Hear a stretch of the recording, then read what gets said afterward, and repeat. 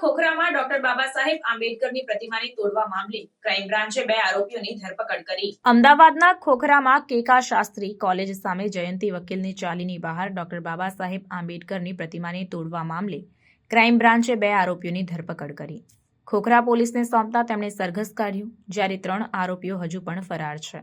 આ સાથે જ ખંડિત પ્રતિમાને હટાવીને નવી પ્રતિમાનું અનાવરણ થતાં જ 2 દિવસથી ચાલતા ધરણા પણ પૂર્ણ થઈ ગયા છે। ખોખરા પોલીસે આરોપીઓનું સરઘસ કાઢી ઘટના સ્થળે લઈ જઈ રિકન્સ્ટ્રક્શન કર્યું હતું, જેમાં બાબા સાહેબની પ્રતિમાનું નાક તોડનારા આરોપીઓ કાન પકડી વાંકા વળી માફી માંગતા જોવા મળ્યા હતા। આ અંગે સ્થાનિક મહિલા આગેવાન અનામિકાબેન મકવાણાએ જણાવ્યું કે પોલીસે 2 આરોપીઓની ધરપકડ કરી છે, પરંતુ હજુ 3 આરોપીઓની ધરપકડ કરવાની બાકી છે। આ આરોપીઓની પોલીસે જલ્દીથી જલ્દી ધરપકડ કરવી જોઈએ। પોલીસ પોઈન્ટ અને સીસીટીવી કેમેરા મૂકવાની પણ માંગણી કરવામાં આવી છે, જેને જલ્દીથી પૂર્ણ કરવામાં આવે તેવી માંગ કરાઈ।